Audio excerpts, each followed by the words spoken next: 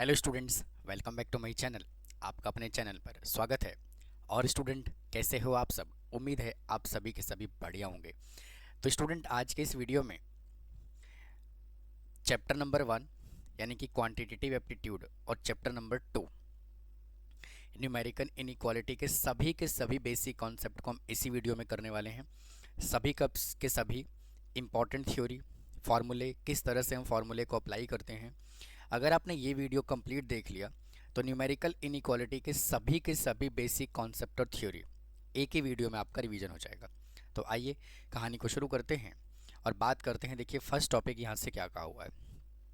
तो स्टूडेंट, यहाँ से फर्स्ट टॉपिक देखिए क्या कहता है। एलिगेशन और मिक्सचर, यानी कि एलिगेशन मिक्सचर लिया हुआ है। कहता है suppose we have two ingredient, हमारे पास दो इंग्रेडिएंट है एट डिफरेंट प्राइजेस, और दोनों इंग्रेडिएंट का जो प्राइस है वो क्या है, अलग अलग है। The price per unit of cheaper, यानी कि चीपर इंग्रेडिएंट के प्राइस को हम एक्स बोलते हैं, और जो डियरर वाला इंग्रेडिएंट होता है, जो महंगे वाला इंग्रेडिएंट होता है, उसको हम डी से डिनोट करते हैं। फिर कहता है if we mix these two ingredient, अगर हम इन दोनों इंग्रेडिएंट को मिक्स कर देते हैं कुछ रेशो के अंदर, to produce a mixture at desire price also is called mean price, इसको क्या बोला जाता है, मीन। यानी कहने का मतलब ये है कि एक राइस है 40 रुपीज़ पर किलोग्राम, और एक टाइप का राइस है जिसका प्राइस है 60 रुपीज़ पर किलोग्राम। तो सस्ते वाला जो चावल है, सस्ते वाला जो राइस है, उसका प्राइस 40 है, और महंगे वाला राइस है उसका प्राइस 50 रुपीज़ है। इन दोनों को हमने क्या कर दिया, मिक्स कर दिया, और मिक्स करने के बाद एक एवरेज प्राइस आ गया, मान लीजिए 50 रुपीज़। तो हमने क्या कहा, उसको मीन प्राइस कहा। तो कहने का मतलब ये है कि इसका फॉर्मूला क्या होता है, इधर लिखोगे चीपर प्राइस, यहाँ लिखोगे डियर प्राइस, है ना, और यहाँ पर क्या आएगा, मीन प्राइस। तो क्या करोगे, इसको इसके अंदर एलिगेशन और मिक्सचर लगाओगे, तो डी में से एम को माइनस करोगे और एम में से क्या करोगे, सी को माइनस करोगे। ठीक है। तो एलिगेशन और मिक्सचर हम इस तरह से कैलकुलेट करते हैं। क्या कहता है, quantity of the cheaper ingredient D minus M, और quantity of the dearer ingredient M minus C. ठीक है। यहीं पे देखिए एक रिपीटेड डाइल्यूशन का क्वेश्चन आता है। कहता है कि suppose a vessel contain x unit of liquid.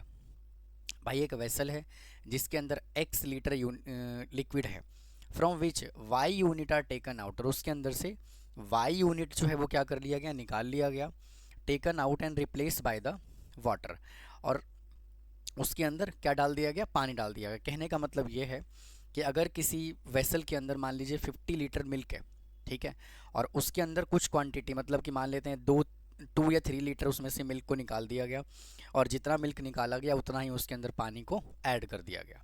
ठीक है। और फिर कहता है after an number repeated by water, same किया गया, फिर वापस से 3 लीटर पानी वाटर ऐड करने के बाद फिर वापस से 3 लीटर फिर से निकाल दिया गया उसके अंदर, फिर वापस से 3 लीटर पानी ऐड कर दिया गया। तो जब इस तरह का क्वेश्चन अराइज होता है तो क्या होता है, रिपीटेड डाइल्यूशन का क्वेश्चन होता है। और इसका फॉर्मूला क्या होता है मेरे दोस्त, कहता है कि the quantity of the pure liquid, और वो कहेगा कि इस प्रोसीजर को इतने बार किया गया, ठीक है ना भाई, इस प्रोसीजर को 5 टाइम्स 6 टाइम्स 7 टाइम्स इतने टाइम किया गया, तो उसके अंदर बचा हुआ प्योर मिल्क कितना होगा। तो क्या बोला हुआ है, x into 1 - y/x raise to power n units. ठीक है। यानी कि अगर हम इसको फिगर की हेल्प से समझें तो देखिए कुछ इस तरह से मान लेते हैं, ये एक वेसल है, वेसल के अंदर भाई 25 लीटर मिल्क है, 25 लीटर मिल्क है। इसमें से क्या किया गया, इसमें से 3 लीटर मिल्क जो है वो क्या कर दिया गया, निकाला गया। 3 लीटर मिल्क को इसके अंदर निकाला गया, और इसके अंदर 3 लीटर ही पानी ऐड कर दिया गया। भाई फर्स्ट प्रोसीजर ये हो गया। फिर से क्या किया गया, सेकेंड टाइम फिर से 3 लीटर इसके अंदर मिल्क निकाला गया, और फिर दोबारा से इसके अंदर 3 लीटर पानी ऐड कर दिया गया। फिर से 3 लीटर मिक्सचर निकाला गया, और फिर से इसके अंदर 3 लीटर वाटर को ऐड कर दिया गया। ठीक है। तो जो टोटल क्वांटिटी है वो कितना है, 25 लीटर, और जितनी बार ये प्रोसीजर किया गया उसको बोला जाता है n, और जितने लीटर क्वांटिटी उसके अंदर से निकाला गया उसको बोला जाता है y। ठीक है। आइए नेक्स्ट कॉन्सेप्ट पे चलते हैं, देखो क्या कहता है। देखिए स्टूडेंट, अगला जो टॉपिक है वो क्या है, बोट एंड स्ट्रीम। बिल्कुल एक एक टॉपिक, एक एक थ्योरी मैं रिवाइज करवा दूंगा, आप इसको 1.5 1.75 2x में आप इसको देख सकते हैं बड़े आराम से। सभी के सभी कॉन्सेप्ट जो है मैं रिवाइज करवाने वाला हूँ। तो देखो क्या है अगला टॉपिक, बोट एंड स्ट्रीम। अगर हम बोट एंड स्ट्रीम की बात करें तो अगर हमने क्या कहा यहाँ से, अगर हमने बोट की स्पीड को बच्चे अगर x लिया और स्ट्रीम के स्पीड को अगर हमने y लिया, ठीक है ना, और हम यहाँ से डाउन स्ट्रीम की बात कर रहे होते हैं तो डाउन स्ट्रीम को u से रिप्रेजेंट किया जाता है और डाउन स्ट्रीम का स्पीड क्या होगा x plus y kilometre per hour, यानी कि स्पीड ऑफ बोट और स्पीड ऑफ स्ट्रीम को हम क्या करते हैं, दोनों को ऐड कर देते हैं।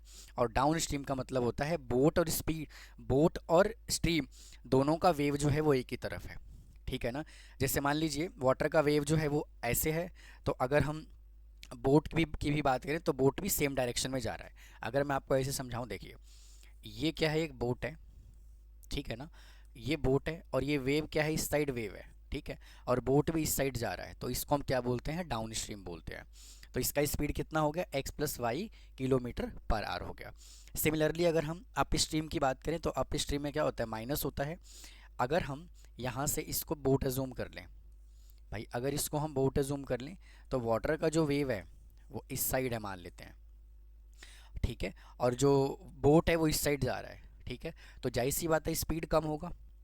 फिर क्या कहता है फर्स्ट पॉइंट, अब इसमें देखिए कुछ इंपॉर्टेंट फार्मूले स्टार्ट हो गए। क्या कहता है यहाँ से, अ boat cover a distance d kilometre, boat ने d किलोमीटर का डिस्टेंस ट्रेवल किया इन डाउन स्ट्रीम, डाउन स्ट्रीम में टाइम को हमने t कंसिडर किया हुआ है, और cover the same distance, distance यहाँ पे सेम है d, और किलोमीटर अप स्ट्रीम, और टाइम यहाँ पे कितना है t2, यानी कि अगर हम डाउन स्ट्रीम की बात करें तो डाउन स्ट्रीम में टाइम को t1 लिया जाता है और अप स्ट्रीम में टाइम को हमने t2 लिया हुआ है। तो अगर हमें यहाँ से क्या कैलकुलेट करना है, दोनों का रेशो कैलकुलेट करना है, time taken in upstream और time taken in downstream, तो डायरेक्ट फार्मूला क्या अप्लाई करोगे यहाँ से, x plus y upon x minus y, ठीक है, यानी कि speed in downstream divided by stream in upstream. तो इसको किस तरह से लिखा जाएगा, अगर यहाँ से आप क्या करोगे, इसका जो रेशो है वो क्या जाएगा, t2 upon t1 is equal to x plus y upon x minus Y.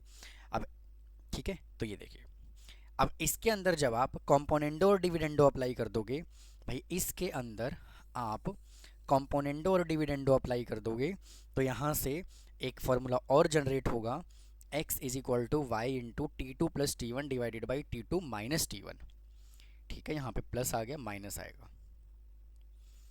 समझ में बात आई कि नहीं आई, यानी कि अगर आपको बोट की स्पीड दी हुई है, स्ट्रीम का स्पीड दिया हुआ है, टाइम दिया हुआ है, तो आप इस फार्मूले से डायरेक्ट कैलकुलेट कर सकते हो। मैं यहाँ पे फार्मूला डेरिवेशन नहीं बता रहा हूँ, मैं सिर्फ फार्मूले का रिवीजन करवा रहा हूँ, ठीक है। इसका डेरिवेशन वीडियो अलग से आपको मिल जाएगा और अलग से मेरे चैनल पे मौजूद भी है। आइए नेक्स्ट कॉन्सेप्ट देखिए, यहाँ से क्या कहता है कि अगर हमें एवरेज स्पीड निकालना है तो suppose a boat can row a speed of the x kilometre per hour और स्पीड ऑफ द स्ट्रीम जो है वो y किलोमीटर पर आवर है। The boat goes d kilometre and downstream, downstream का time बेटा कितना है t1 और अप स्ट्रीम का टाइम कितना है t2। तो अगर हम यहाँ से t कैलकुलेट करें तो क्या होता है, डिस्टेंस अपॉन स्पीड, तो t1 कितना आ गया, डिस्टेंस अपॉन स्पीड, और t2 कितना आ गया, डिस्टेंस अपॉन स्पीड। ये जो स्पीड है ये डाउन स्ट्रीम का स्पीड है और ये वाला स्ट्रीम जो है वो अप स्ट्रीम का स्पीड है, ठीक है। अब देखो, अगर हम यहाँ से टोटल डिस्टेंस की बात करें तो d और d क्या हो जाएगा 2d, और टोटल टाइम कितना होगा t1 t2, है ना। तो एवरेज स्पीड क्या होगा, total distance upon total time. तो फार्मूला यहाँ से आप क्या अप्लाई करोगे, average speed is equal to, देखो ये फार्मूला आप यहाँ से अप्लाई करोगे, ठीक है। If boat take t hours row a certain place d and apart and return back, देखो तो एवरेज स्पीड क्या फार्मूला होगा, ये वाला होगा। देखो एक यहाँ से ना अगर मैं इस फार्मूले की बात करूँ तो इस फार्मूले पे काफ़ी टाइम जो है बहुत बार क्वेश्चन पूछा गया है। यहाँ पे क्या है देखिए, ये वाला जो फार्मूला है, ये वाला फार्मूला ये क्या कहता है कि मान लीजिए अगर मुझे कहीं जाना है और वापस से आना है, यानी कि अप स्ट्रीम जाना है और डाउन स्ट्रीम आना है, तो यहाँ पे स्टूडेंट डिस्टेंस जो है ना क्या कहता है, a boat take t hours to row a certain place and d kilometre apart return back, मतलब जाना और आना, आपको जाने का और आने का आपको टोटल टाइम गिवन है। क्या गिवन है, अगर टोटल टाइम गिवन है, ठीक है, तो डिस्टेंस कैलकुलेट करने का फार्मूला क्या अप्लाई करोगे, आप ये अप्लाई करोगे, ये वाला, ठीक है, t into x square minus y square upon 2x, ठीक है।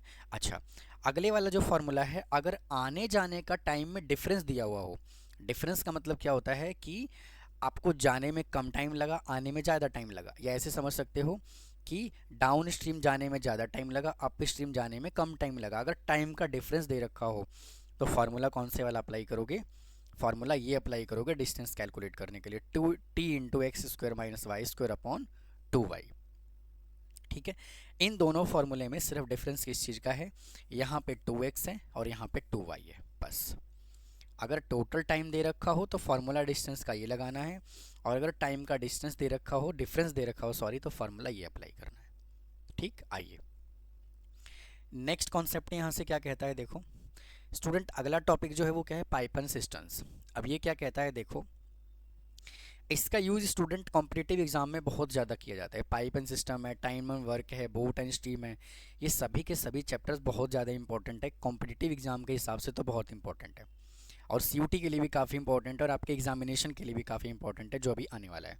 तो यहाँ से देखो क्या कहता है, इनलेट, यानी कि क्या कहता है, इनलेट का मतलब क्या होता है, an inlet is pipe which connected to with tank और सिस्टम विद फिलेट, मतलब कि ऐसा पाइप जो टैंक के साथ कनेक्टेड और उसको भरने का काम कर रहा हो, उसको इनलेट बोलते हैं।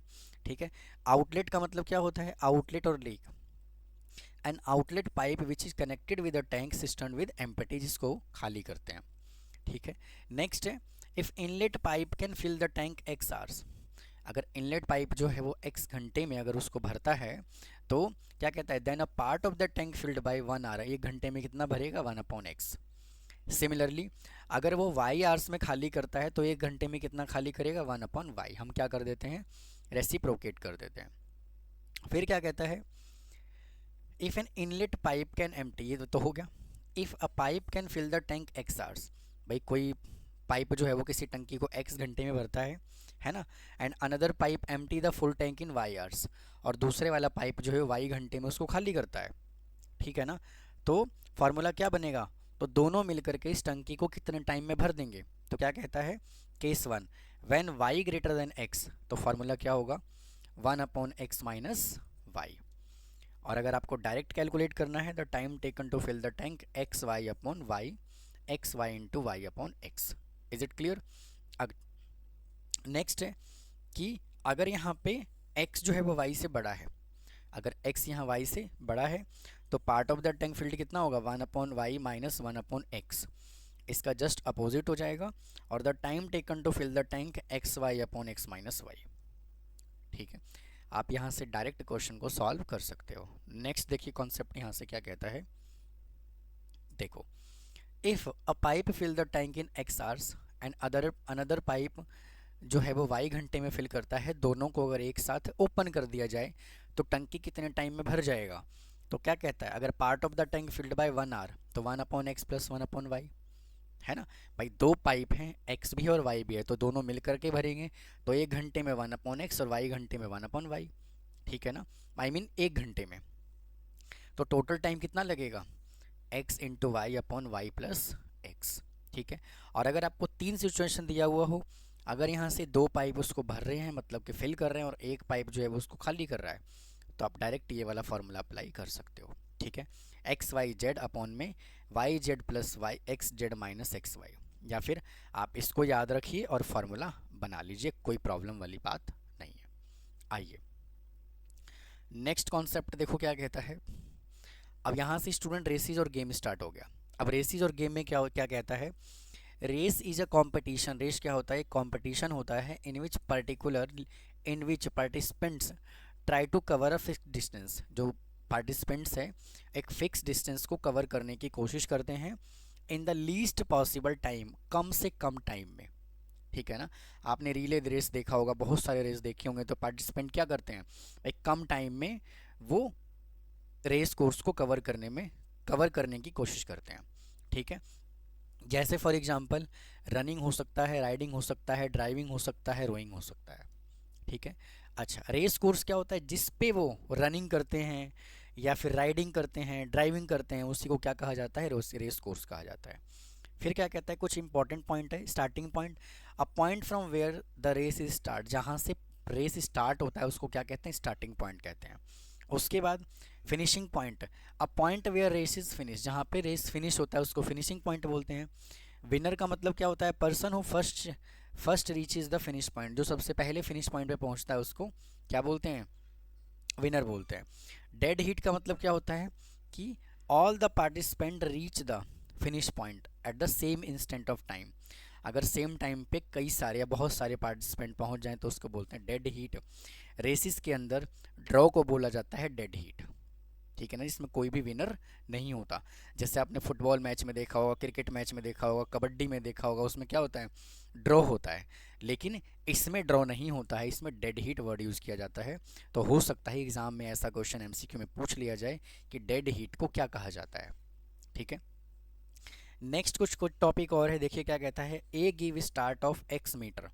इसका मतलब ये है, उसने कहा कि भैया ए ने बी को स्टार्ट दिया एक्स मीटर का। अब इसका मतलब क्या है, जहाँ जैसे मान लीजिए कि ए भैया ये है और बी भाई साहब ये है। ए ने कहा बी को कि भाई मैं तुझे एक्स मीटर का स्टार्ट देता हूँ। कहने का मतलब ये है कि अगर कोई रेस कोर्स 100 मीटर का है तो बी ने कहा कि मैं तुझे एक्स मीटर का स्टार्ट देता हूँ, मतलब कि तू मुझसे एक्स मीटर आगे खड़ा हो जा। तो बी कितना डिस्टेंस ट्रेवल करेगा, 100 माइनस एक्स, ठीक है। और ए कितना डिस्टेंस कवर करेगा, टोटल 100 मीटर। आपको एक्स से समझ में नहीं आया तो नंबर से समझ लीजिए। अगर मान लीजिए ए ने बी से कहा कि मैं तुझे 20 मीटर का स्टार्ट देता हूँ, बी ने कहा भाई ठीक है। तो जैसे मान लीजिए कि ये एक टोटल रेस कोर्स है जो टोटल डिस्टेंस 100 मीटर का है, ठीक है। तो अगर ए यहाँ खड़ा है तो ए ने बी को कहा कि भाई तू 20 मीटर आगे खड़ा हो जा।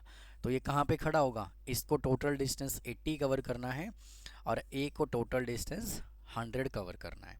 इसको कहते हैं क्या, ए ने बी को स्टार्ट दिया। फिर कहता है A beat B by x metre.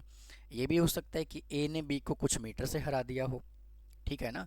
अगर ए रेस कोर्स में पूरा 100 मीटर का डिस्टेंस कवर करता है और बी उतने ही टाइम में 90 मीटर का डिस्टेंस कवर कर पाता है, तो ए ने बी को 10 मीटर से हरा दिया, जिसको उसने कहा है एक्स मीटर से हरा दिया, ठीक। आइए नेक्स्ट कॉन्सेप्ट यहाँ से क्या कहता है, देखो कहता है कि A give B a start of the T minutes. अब उसने डिस्टेंस का स्टार्ट नहीं दिया, अब उसने टाइम का स्टार्ट दिया कि भाई एक काम करते हैं, एक काम करते हैं, अगर ये 100 मीटर का रेस है, अगर ये 100 मीटर का रेस है, ठीक है ना, तो उसने कहा कि भाई ऐसा कर, ए ने किसको कहा, बी को, कि तू मुझसे 5 सेकेंड पहले रनिंग स्टार्ट कर दे और जब तेरे 5 मिनट पूरे हो जाएंगे तो मैं रनिंग करना स्टार्ट करूंगा, ठीक है। तो मतलब ए ने बी को टाइम का स्टार्ट दिया, समझ में बात आई। अच्छा, अब नेक्स्ट क्या कहता है, A beat B by x metre and T minutes. मतलब कि ए ने बी को डिस्टेंस से भी हरा दिया और टाइम से भी हरा दिया, ठीक है ना। ए ने बी को डिस्टेंस से भी हराया और टाइम से भी हराया। तो क्या कहता है, means A and B start from the starting point. A ने बी और बी दोनों के दोनों जो है वो सेम स्टार्टिंग पॉइंट से स्टार्ट किया उन्होंने at the same instant, but while A reaches the finishing point B is x metre behind the finishing point. जब ए पहुंचा तो बी उस टाइम पे ए से कुछ मीटर पीछे था।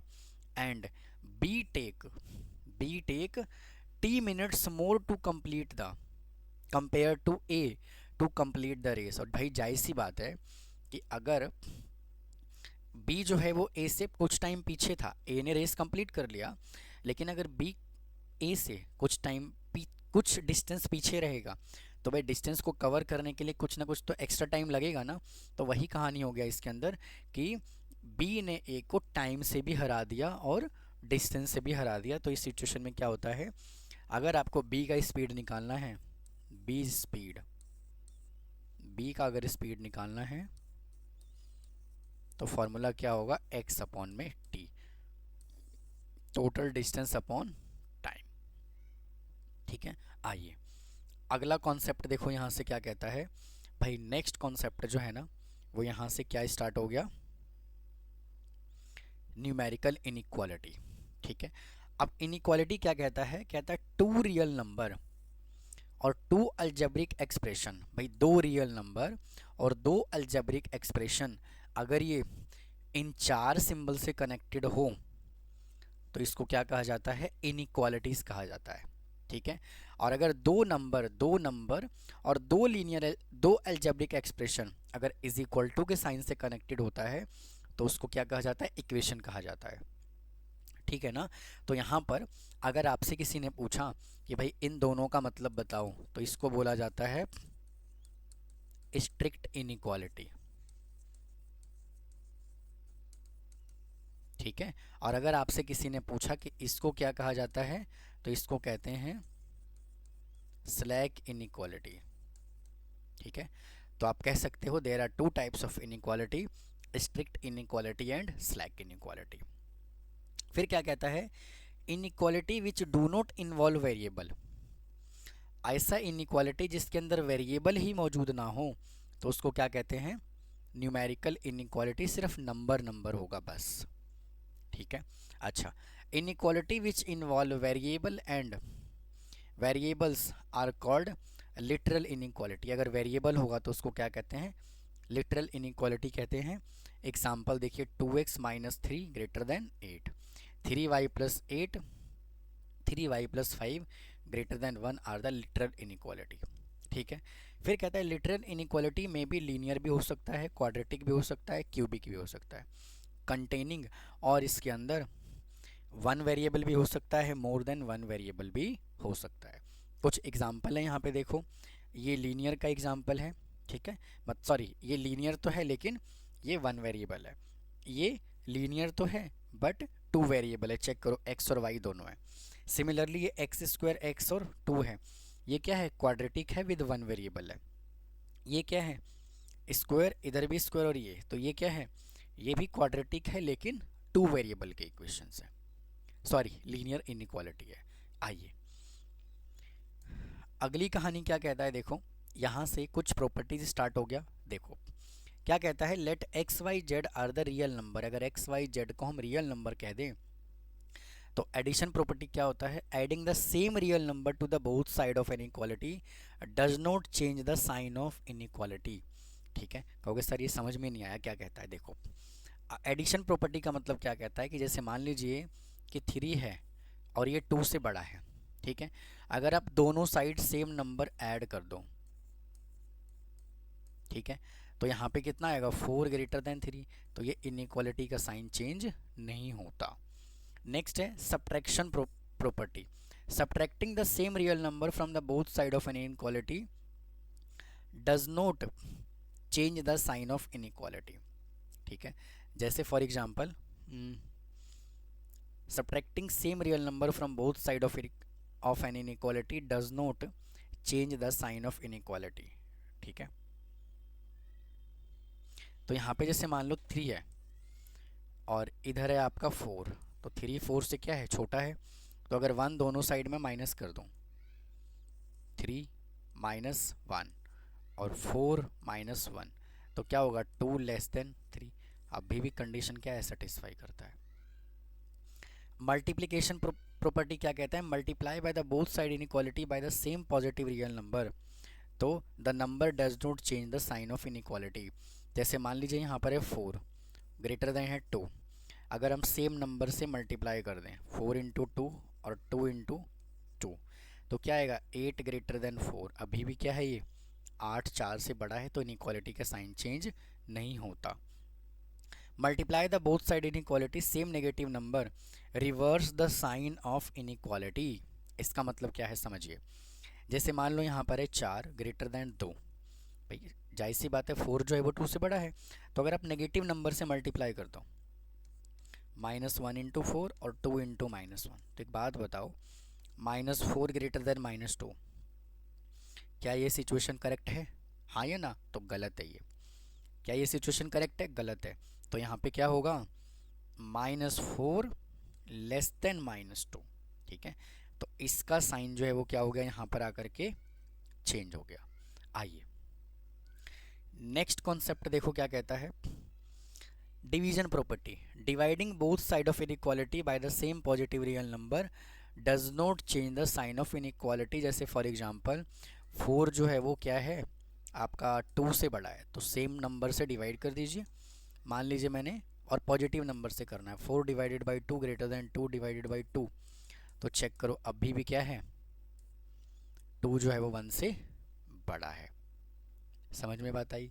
अगला है dividing the both side of inequality by the same negative number the reverse the sign of inequality. क्या कहता है ये, 4 अभी भी 2 से बड़ा है, ठीक है। अगर हम यहाँ से नेगेटिव नंबर से डिवाइड करें, 4 डिवाइडेड बाई -2 और 2 डिवाइडेड बाई -2, तो ये -2 लेस देन -1 आएगा। क्या ये साइन दिख रहा है, गलत है ना भाई, साइन रॉन्ग है ना। तो क्या लिखोगे, -2 और -1, इनइक्वालिटी का साइन यहाँ पे क्या होता है, चेंज हो जाता है। फिर क्या कहता है, ट्रांजिटिव प्रॉपर्टी। तो अगर ये सिचुएशन है x लेस देन y है, ठीक है भाई, x जो है वो y से क्या है, छोटा है, और y जो है वो z से छोटा है, तो x जो होगा वो z से छोटा होगा। देखो x y z है, x y से छोटा है, चेक करो, x जो है वो y से छोटा है, तो अगर मैं x को 1 ले लूँ और y को 2 ले लूँ, ठीक है, और जो z है वो y से छोटा है, तो अगर मैं z को 3 ले लूँ, तो चेक करो x जो है वो z से छोटा है कि नहीं है, x 1 है तो z 3 है, ठीक है। सिमिलरली कंपैरिजन प्रॉपर्टी क्या कहता है कि अगर यहाँ पे x is equal to y है प्लस z है, तो क्या होगा, z ग्रेटर देन 0 होगा अगर x y से बड़ा होगा तो, और अगर x is equal to y plus z है तो z लेस देन होगा अगर x y से छोटा है तो आप यहाँ पे सिंपल नंबर को लेकर के आप वेरीफाई बड़े आराम से कर सकते हो, ठीक है। आइए देखिए, अब यहाँ पे है relation between the arithmetic mean और ज्योमेट्रिक मीन में क्या रिलेशन है। तो स्टूडेंट आपने 11th क्लास में पढ़ा होगा कि अगर हम अर्थमेटिक मीन की बात करें तो a plus B divided by 2 होता है, और अगर हम ज्योमेट्रिक मीन की बात करें तो अंडर रूट ए बी होता है, ठीक है। अब दोनों में रिलेशन निकालना है तो a माइनस बी को कर दीजिए इज इक्वल टू, दोनों को माइनस कर दीजिए, दिस इज इक्वेशन नंबर 1 और दिस इज इक्वेशन नंबर 2। तो a plus B divided by 2 minus under root A B, तो a minus B is equal to a plus B और 2 root A B. मैंने यहाँ पे LCM ले लिया। तो एक बात बताओ, a प्लस बी, सॉरी, अगर यहाँ से a minus B is equal to, क्या मैं इसको ऐसे लिख सकता हूँ, रूट a का whole square plus root b का whole square -2 under root A B divided by 2, हाँ कि ना। अब क्या करोगे, देखो a minus B as it is लिखो इज इक्वल टू, ये क्या मैं under root A plus under root B लिखूँ और होल स्क्वायर लगा दूँ, तो under root A plus, sorry minus आएगा, माइनस अंडर रूट बी का होल स्क्वायर डिवाइडेड बाई 2।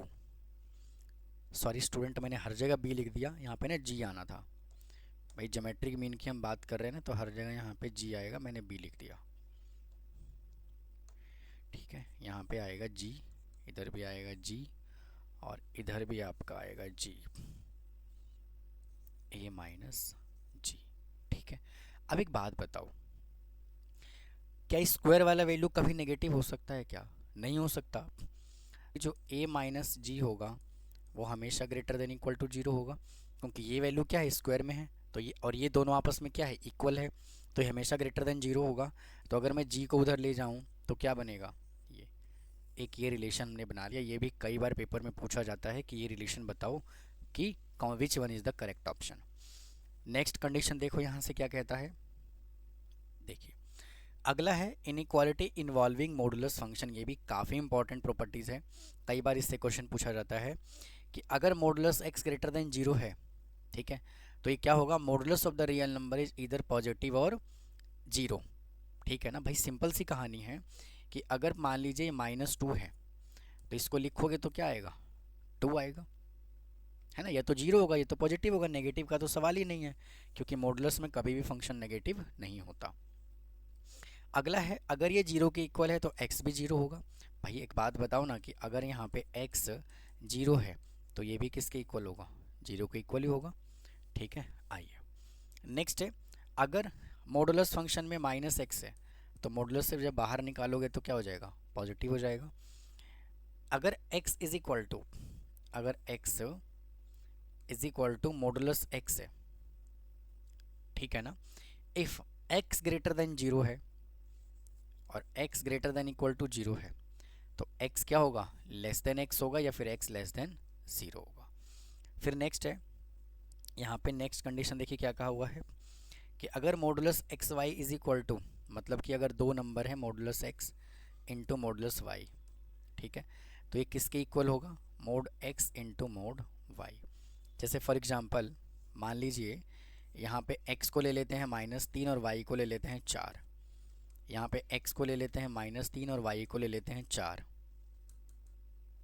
ठीक है, 4 ले लिया। तो चेक करो ये -12 हुआ, -3 इंटू 4, मॉडुलस से जब बाहर निकालोगे तो क्या हो जाएगा, पॉजिटिव हो जाएगा, यहाँ भी क्या आएगा, पॉजिटिव आएगा, ठीक है। आओ जी अगले कॉन्सेप्ट पे चलते हैं। देखो यहाँ पे x अपॉन वाई है, तो हम इसको ऐसे लिख सकते हैं जैसे मल्टीप्लिकेशन में रूल फॉलो होता है वैसी डिवीजन में होता है। नेक्स्ट प्रॉपर्टी क्या कहता है, जहाँ से क्वेश्चन हर बार पूछा जाता है, देखो अगर x प्लस वाई का मॉडुलस है लेस देन x है, अगर ये लेस देन है तो ये भी क्या होगा, लेस देन होगा। अगर x minus y less than है तो ये भी क्या होगा, लेस देन होगा, ठीक है। कैसे, देखो समझा देता हूँ मैं आपको, आइए देखो, अगर ये x प्लस वाई, अगर x को मान लो 2 और y को मान लो -3, ठीक है, तो यहाँ पुट करो x की जगह 2 -3 का modulus is equal to x की जगह पे 2 और y की जगह पर -3, तो यहाँ से बच्चा पार्टी -1 आएगा, यहाँ पे 2 + 3 हो जाएगा, तो 1 लेस देन इक्वल टू 5 हुआ कि नहीं हुआ, हुआ ना, कंडीशन वेरीफाई हुआ। मतलब कि अगर आप इसको ऐसे सॉल्व करोगे तो ये हमेशा क्या आएगा, जो ये वाला वैल्यू होगा वो हमेशा ग्रेटर देन होगा या तो 0 होगा, ठीक है। आइए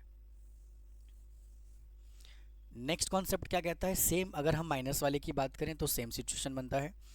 अगर x माइनस वाई है, सॉरी अगर modulus x less than modulus y है, दैट्स इम्प्लाई क्या होगा, x square less than y square होगा। कैसे, अगर मान लो x की जगह पे मान लेते हैं 4 और y की जगह पे मान लेते हैं 5, तो भाई 4 का स्क्वायर 16 होगा और 5 का स्क्वायर 25 होगा, अभी भी कंडीशन सेटिस्फाई कर रहा है, ठीक है।